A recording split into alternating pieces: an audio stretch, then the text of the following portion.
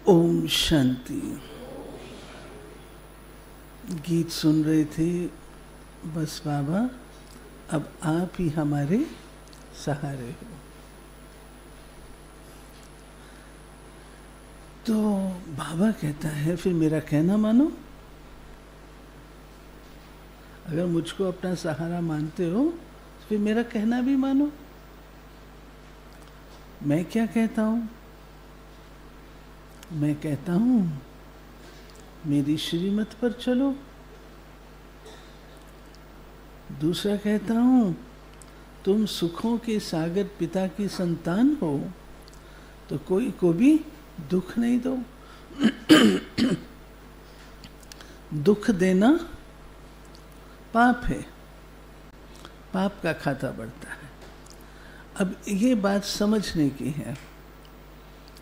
बाबा की मुरलियों में स्पष्टीकरण तो है अव्यक्त रूप के। कोई अपने संस्कारों के कारण से दुखी होता है। मानो एक घड़ी के लिए मर्यादाएं हैं, डिसिप्लिन है, अनुशासन है, बाबा का सिस्टम है। अगर उसका पालन करने के लिए कहा जाता है और वो व्यक्ति परेशान होता है तो उसका अपना कारण है, उसकी अपनी कमजोरी है।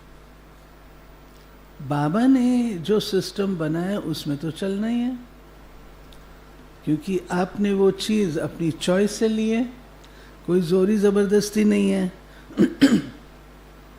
नहीं पसंद करते हो तो बाबा को कह सकते हो, बाबा मुझको ये पसंद नहीं है, मैं ये काम नहीं कर सकती हूँ, बोल सकते हो, बाबा को बोलो।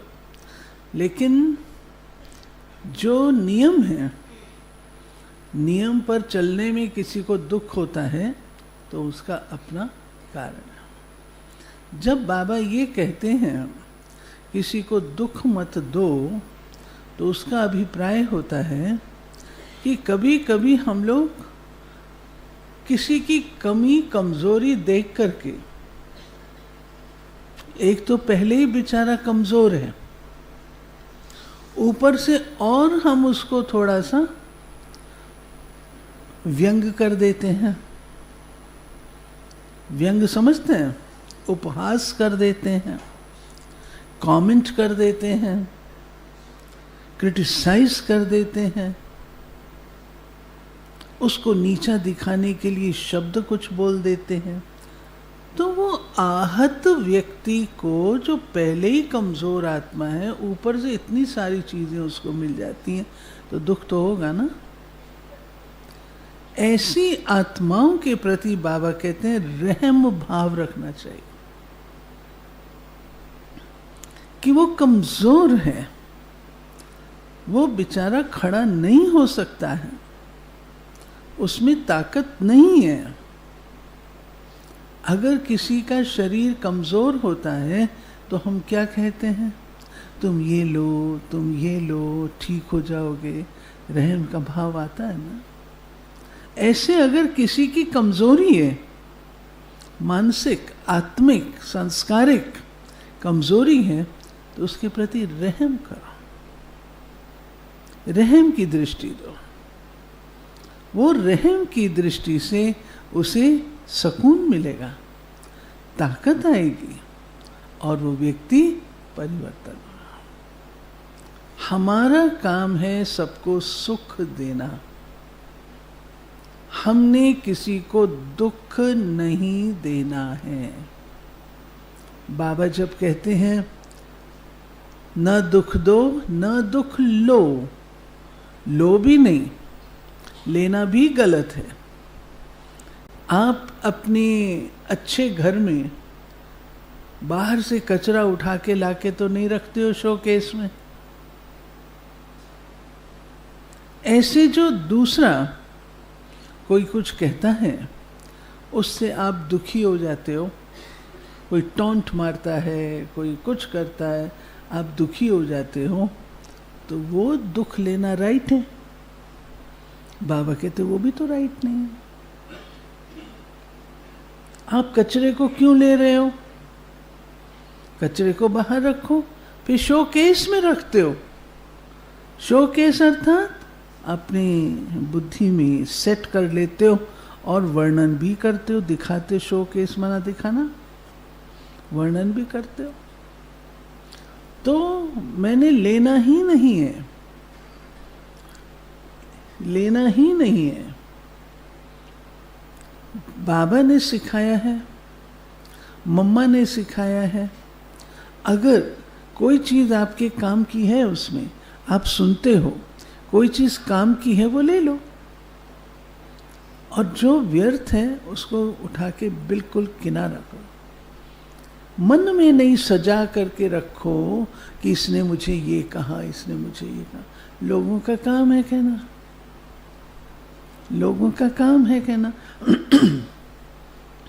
आप खड़े होंगे तो कहेंगे खड़ी क्यों है, आप बैठेंगे तो कहेंगे बैठी क्यों है। लोगों का काम है। आपको अपने स्वमान में रहना है। कल कोई बैठे थे तो उन्होंने एक स्टडी की होगी। कहते सबसे बड़ी जेल कौन सी है? सबसे बड़ी जेल कौन सी है? वो बता रहे थे तो मैं उससे प्रश्न पूछ रही हूँ। उन्होंने ही बताया सबसे बड़ी जेल कौन सी है।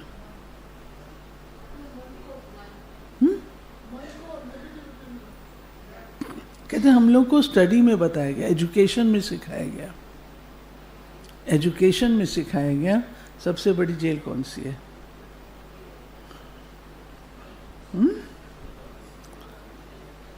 कौन क्या कहता है, मेरे लिए कौन क्या कहता है।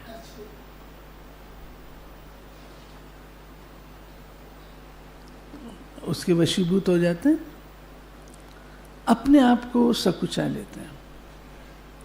ये जेल में बंद नहीं होना है, स्वच्छंद पंछी बनना है। कौन क्या कहता है, जंजीरें तोड़ो, बाबा की सुनो। तो अभी सुनो मुरली।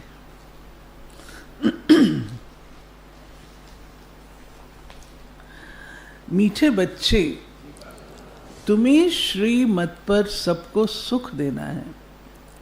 तुमको श्रेष्ठ मत मिलती है श्रेष्ठ बनकर दूसरों को बनाने के लिए। चंडीगढ़, पंचकुला, ओके, तो मौज में। प्रश्न है, रहमदिल बच्चों के दिल में कौन सी लहर आती है, उन्हें क्या करना चाहिए? जो रहमदिल बच्चे हैं उनकी दिल होती है, बोलो डॉक्टर शर्मिला, रहमदिल बच्चों की दिल क्या होती है?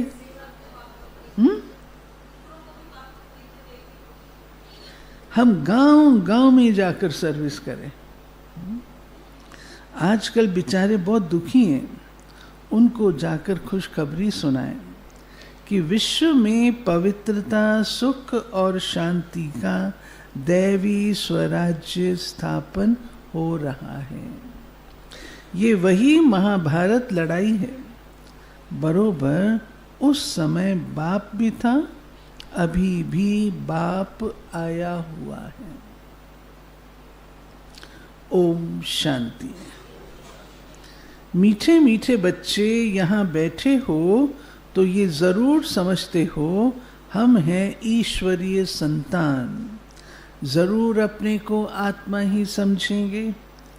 शरीर है तब उन द्वारा आत्मा सुनती है। बाप ने ये शरीर लोन पर लिया है तब सुनाते। मुझको अपना शरीर नहीं है। अभी तुम समझते हो हम हैं ईश्वरीय संतान व संप्रदाय, फिर हम दैवी संप्रदाय बनेंगे। स्वर्ग के मालिक होते ही हैं देवताएं। हम फिर से 5000 वर्ष पहले मौफिक दैवी स्वराज की स्थापना कर रहे हैं। फिर हम देवता बन जाएंगे। इस समय सारी दुनिया, भारत खास और दुनिया आम, सब मनुष्य मात्र एक दो को दुख ही देते हैं। उनको ये भी पता नहीं कि सुख धाम भी होता है। परम पिता परमात्मा ही आकर सबको सुखी शांत बना देते हैं। यहाँ तो घर घर में एक दो को दुख ही देते हैं। सारे विश्व में दुख ही दुख है। अभी तुम बच्चे जानते हो, बाप हमको 21 जन्मों के लिए सदा सुखी बनाते हैं। कब से दुख शुरू हुआ, कब पूरा होता है, ये कोई की बुद्धि में चिंतन नहीं होगा। तुमको ही ये बुद्धि में है। हम बरोबर ईश्वरीय संप्रदाय थे। यूं तो सारी दुनिया के मनुष्य मात्र ईश्वरीय संप्रदाय हैं। हर एक उनको फादर कह बुलाते हैं। अब बच्चे जानते हैं, शिव बाबा हमको श्रीमत दे रहे हैं। श्रीमत मशहूर है। ऊंचते ऊंच भगवान की ऊंचते ऊंच मत है। वो कहाँ लिपिबद्ध है? भगवान की श्रीमत कहाँ लिपिबद्ध है? हाँ, हम बोलो, माताएं बोलो। श्रीमद् भगवत गीता। ऐसे भगवान की श्रीमत कहाँ लिपिबद्ध है? अरे सिंपल बात, ये मुरली में श्रीमत आती है ना, उसकी यादगार है। इसकी यादगार है श्रीमद् भगवत गीता, परंतु श्रीमत है ये मुरली। बाबा कहते हैं,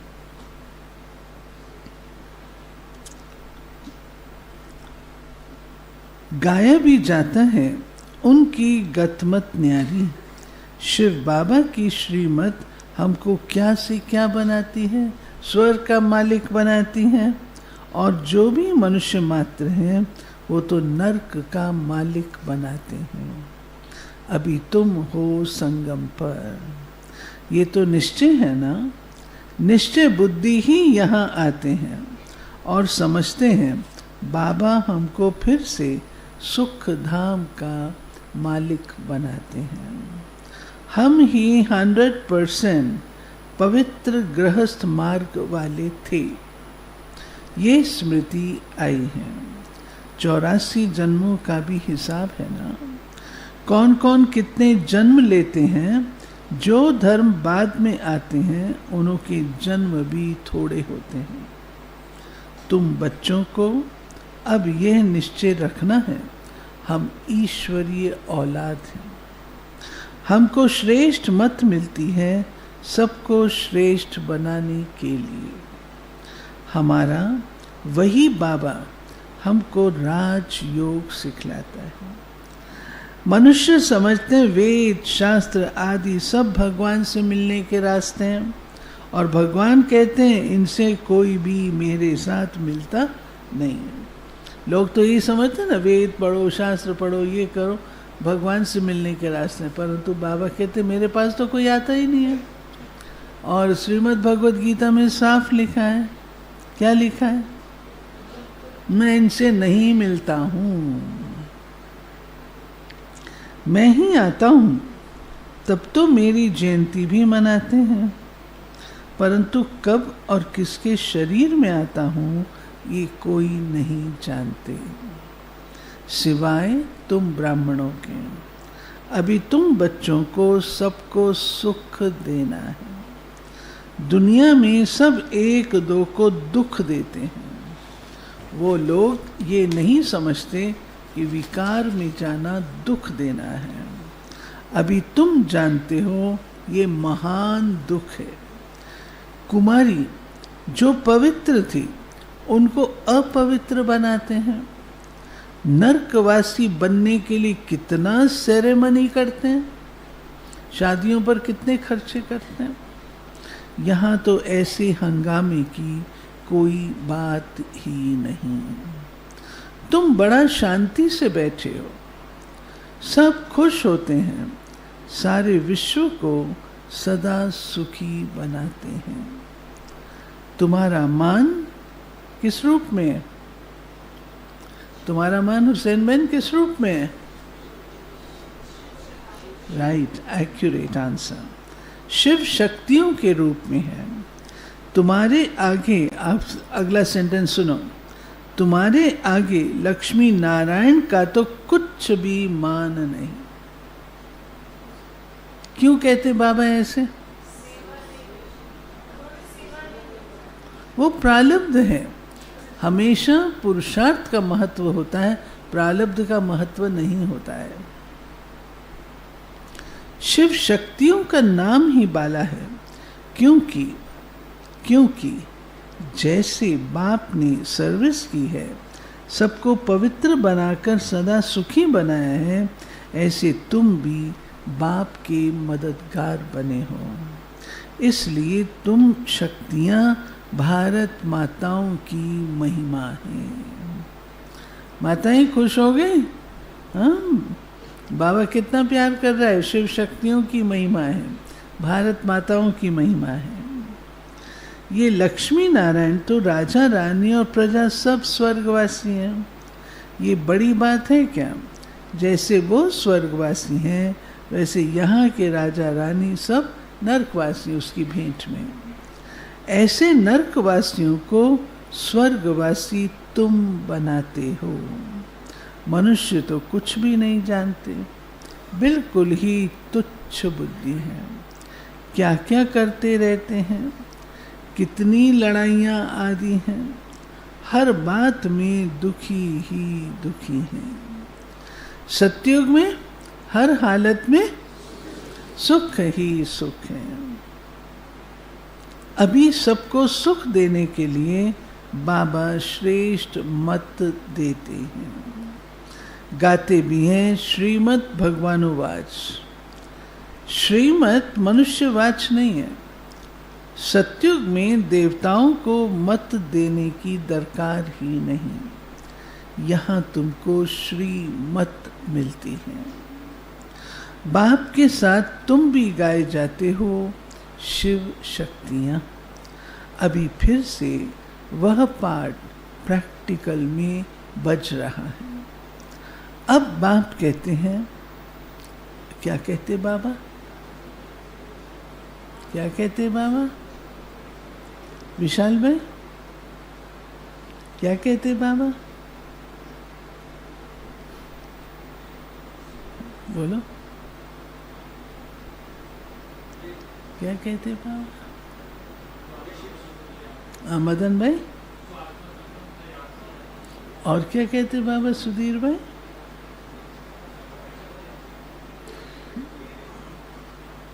क्या कहते? तिवारी भाई? अब बाप कहते हैं, तुम बच्चों को मनसा वाचा कर्मणा सबको सुख देना है। अब सुख देने का अर्थ ये नहीं कि इसको नींद आ रही है तो आराम से इसको सुला दो, ये सुख देना नहीं है। मैंने बताया ना, with in the framework of discipline, मर्यादा, सिस्टम, उस फ्रेमवर्क में रह करके सुख और दुख को मापना है।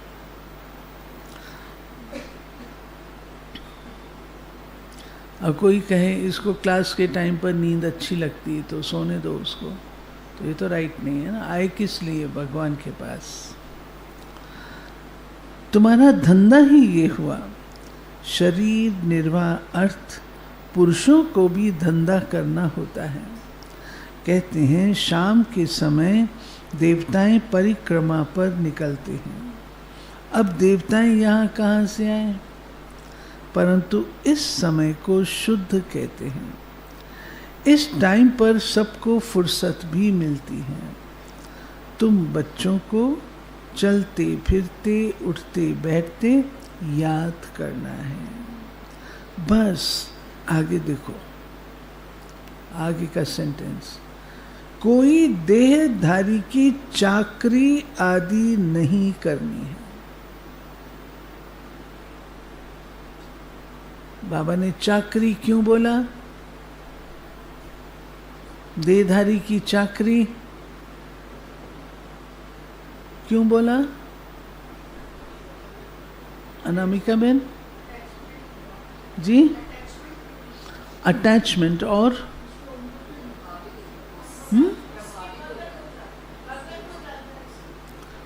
उसके हाँ बिल्कुल, देहधारी के भगत बन जाते हैं।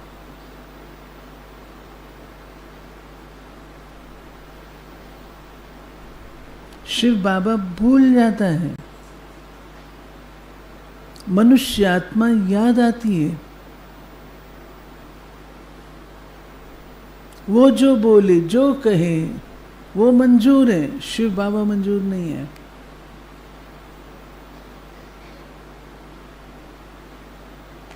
अरे किसी ने ज्ञान दिया, यही है ना? किसी ने आपको रास्ता बताया, यही है ना? कोई अच्छी बात सुनाता, यही है ना? ऐसे थोड़ी उसके भगत बन जाना है। बाबा को ये कतई पसंद नहीं था, साकार रूप में भी बिल्कुल नहीं पसंद था। कोई भी आत्माएं किसी देहधारी के पीछे होती थी, यहां तक कि मम्मा के पीछे, तो भी बाबा कहते हैं मम्मा की मुरीद है। बाबा तो बाबा है ना, शिव बाबा तो शिव बाबा से लगन लगाएगा।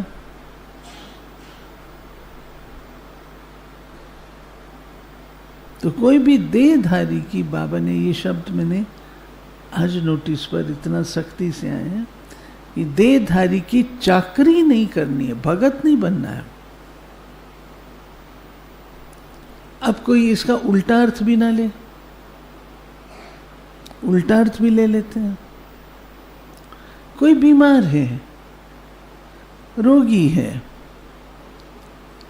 अपने आप से वो खान पान नहीं ले सकता है, उसकी आप सेवा करते हैं, क्या ये चाकरी है? तो विवेक होना चाहिए, ज्ञान युक्त बुद्धि चाहिए। कोई उल्टा अर्थ इसका ले लें। बाबा ने कहा ना देहधारी की चाकरी नहीं, हम क्यों करें? कौन करेगा? कोई तो करेगा। तो बाबा कहते हैं बाप का तो गायन है, द्रौपदी के पांव दबाए, इसका भी अर्थ नहीं समझते, नहीं समझते। स्थूल में पांव दबाने की बात थोड़ी है। बाबा के पास बूढ़ियां आदि बहुत आती हैं, जानते हैं भक्ति करते करते थक गई हैं, आधा कल्प बहुत धक्के खाए तो ये पैर दबाने के अक्षर को उठा लिया है। अब श्री कृष्ण पांव कैसे दबाएंगे? शोभेगा? तुम श्री कृष्ण को पांव दबाने देंगी? श्री कृष्ण को देखते ही उनको चटक पड़ेंगी।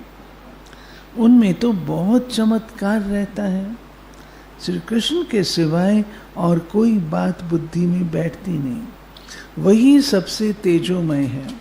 श्री कृष्ण बच्चे ने फिर मुरली चलाई, बात ही नहीं जचती।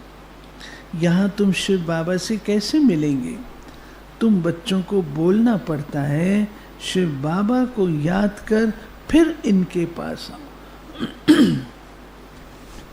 बाबा से जब पार्टीज मिलती थी साकार से, मम्मा बाबा से मिलते तो थे ना। कोई आत्मा देह अभिमानी होती थी, अपनी उस देही कॉन्शियसनेस में होती थी, बाबा उसको किनारे कर देता था, नहीं मिलता था। बाद में लास्ट में बाबा के सम्मुख जाओ तो कैसे जाओ? देही अभिमानी, किससे मिल रही हूं? कौन है? अगर साकार को देहधारी देखेंगे तो थोड़ी बाबा मिलेगा। बाबा कहते हैं तुम बच्चों को तो अंदर में खुशी रहनी चाहिए, हमको शिव बाबा सुखी बनाते हैं 21 जन्मों के लिए। ऐसे बाप के पिछाड़ी तो कुर्बान जाना चाहिए। कोई सपूत बच्चे होते हैं तो बाप कुर्बान जाते हैं, बाप की हर कामना पूरी करते हैं। कोई तो ऐसे बच्चे होते हैं जो बाप का खून भी करा देते हैं। यहाँ तो तुमको मोस्ट बिलावेड बनना है, किसी को भी दुख नहीं देना है। जो रहमदिल बच्चे हैं उनकी दिल होती है हम गांव-गांव में जाकर सर्विस करें। आजकल बेचारे बहुत दुखी हैं, उनको जाकर खुशखबरी सुनाओ कि विश्व में पवित्रता, सुख, शांति का दैवी स्वराज स्थापन हो रहा है। ये वही महाभारत लड़ाई है। बरोबर उस समय बाप भी था, अभी भी बाप आया हुआ है। तुम जानते हो बाबा हमको पुरुषोत्तम बना रहे हैं। ये है ही पुरुषोत्तम संगम युग। तुम बच्चे जानते हो पुरुषोत्तम कैसे बनते हैं। तुमसे पूछते हैं तुम्हारा उद्देश्य क्या है? बोलो मनुष्य से देवता बनना। देवताएं तो मशहूर हैं। बाप कहते हैं जो देवताओं के भक्त हों उनको समझाओ। भक्ति भी पहले पहले तुमने शुरू की, शिव की फिर देवताओं की, तो पहले पहले शिव बाबा के भक्तों को समझाना है। बोलो शिव बाबा कहते मुझे याद करो। शिव की पूजा करते हैं परंतु ये थोड़ी बुद्धि में आता है कि पतित पावन बाप है। भक्ति मार्ग में देखो धक्के कितने खाते हैं। शिवलिंग तो घर में भी रख सकते हैं, उनकी पूजा कर सकते हैं, फिर अमरनाथ, बद्रीनाथ आदि तरफ जाने की क्या दरकार है। परंतु भक्ति मार्ग में मनुष्यों को धक्के जरूर खाने हैं। तुमको उनसे छुड़ाते हैं। तुम हो शिव शक्ति, शिव के बच्चे। तुम बाप से शक्ति लेते हो, वो भी मिलेगी याद से। विकर्म विनाश होंगे। पतित पावन तो बाप है ना, याद से ही तुमको विकर्माजीत पावन बनाते हैं। बाबा कहते हैं सबको ये रास्ता बताना है। तुम अभी राम के बने हो। राम राज्य में है सुख, रावण राज्य में है दुख। भारत में ही सबके चित्र हैं जिनकी इतनी पूजा होती है। ढेर के ढेर मंदिर हैं, कोई हनुमान का पुजारी, कोई किसका। इनको कहा जाता है ब्लाइंड फेथ। अभी तुम जानते हो हम भी ब्लाइंड थे। इनको भी मालूम नहीं था ब्रह्मा विष्णु शंकर कौन है, क्या है। जो पूज्य थे वही फिर पुजारी बने। सतयुग में है पूज्य, यहाँ है पुजारी। बाप कितना अच्छी रीति समझाते हैं। तुम जानते हो पूज्य होते हैं सतयुग में, यहाँ है पुजारी तो पूजा भी करते हैं। तुम हो शिव शक्तियाँ।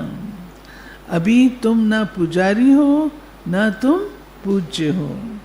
बाप को भूल मत जाओ, बाप को भूल मत जाओ।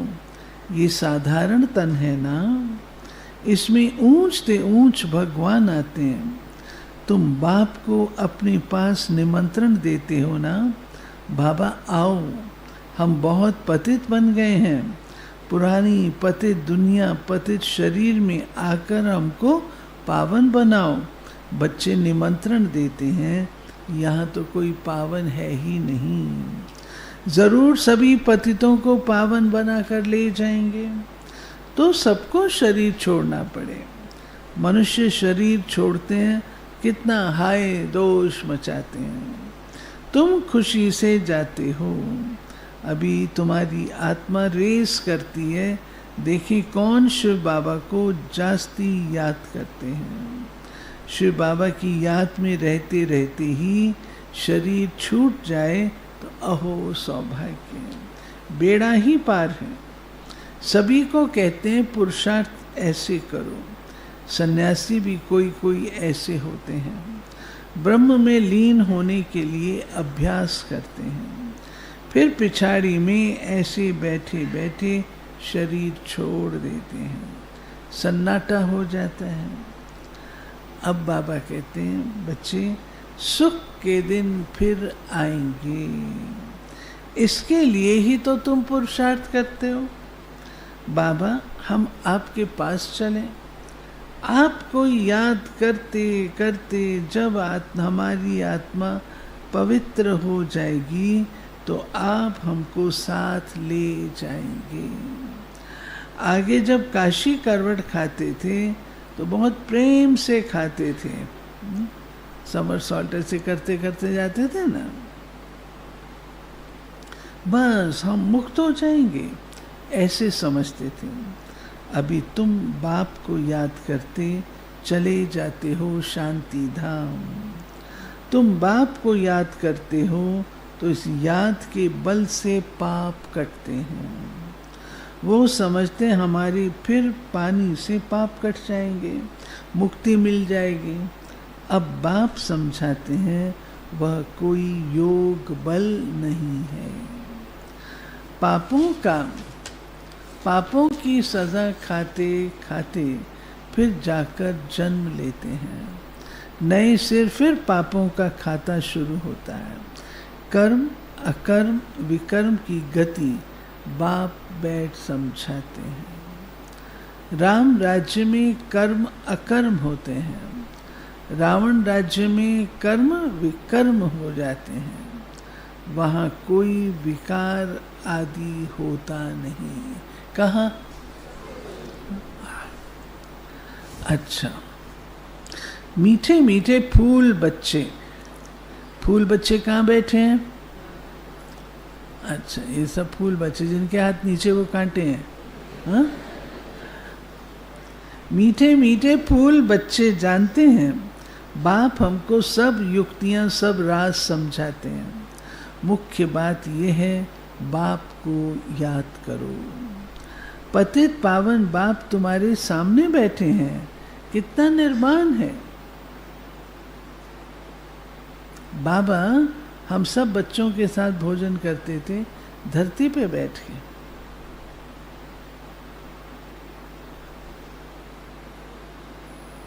मम्मा बाबा दोनों धरती पे, और जब तक सब खा नहीं लेते थे बाबा उठते नहीं थे। बाबा क्लास से जब बाहर निकलते थे तो कभी पीठ दे के नहीं निकलते थे। ऐसे बाबा पीछे कदम लेते लेते बाबा हिस्ट्री हॉल के फर्स्ट गेट पर पहुंचते, वहां खड़े होकर दृष्टि देते थे। इतना निर्माण, साधारण तन है,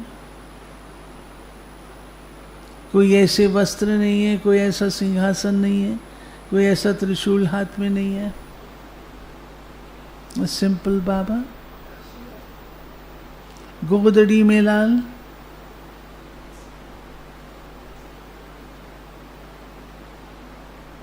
तो हमें भी कैसे रहना है? Simple simple.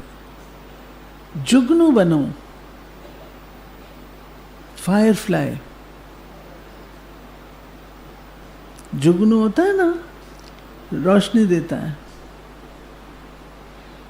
हमें ऐसा बन जाना है जो सब कहेंगे शांति दूत हैं,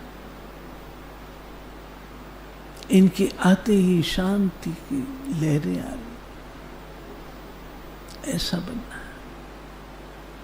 बाबा कहते हैं मीठे मीठे फूल बच्चे जानते हैं बाप हमको सब युक्तियां सब राज बतलाते हैं। मुख्य बात यह है बाप को याद करो। पतित पावन बाप तुम्हारे सामने बैठे, कितना निर्माण है, कोई अहंकार नहीं, बिल्कुल साधारण चलते रहते हैं। बाप दादा दोनों ही बच्चों के सर्वेंट हैं। तुम्हारे दो सर्वेंट हैं, हाँ, क्या बोला होगा बाबा ने? कितना निर्माण है। तुम्हारे 2 सर्वेंट हैं, ऊंच थे, ऊंच शिव बाबा, फिर प्रजापिता ब्रह्मा। वो लोग त्रिमूर्ति ब्रह्मा कह देते, अर्थ थोड़ी जानते हैं। त्रिमूर्ति ब्रह्मा क्या करते हैं कुछ भी पता नहीं। अच्छा, मीठे मीठे सिक्के लधे बच्चों प्रति माता पिता बाप दादा का याद प्यार और गुड मॉर्निंग। रूहानी बाप की रूहानी बच्चों को नमस्ते। हम रूहानी बच्चों की रूहानी बाप को नमस्ते।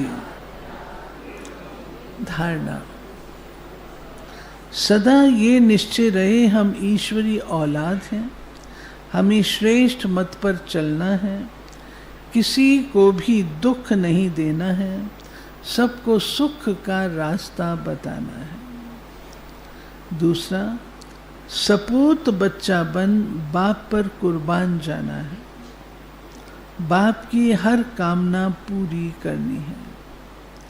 जैसे बाप दादा निर्माण और निरहंकारी है, ऐसे बाप समान बनना है।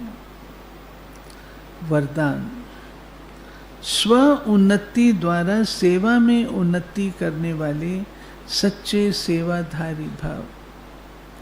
स्व उन्नति सेवा की उन्नति का विशेष आधार है। स्व उन्नति कम है तो सेवा भी कम है। सिर्फ सुना, स्व उन्नति कम तो सेवा भी कम।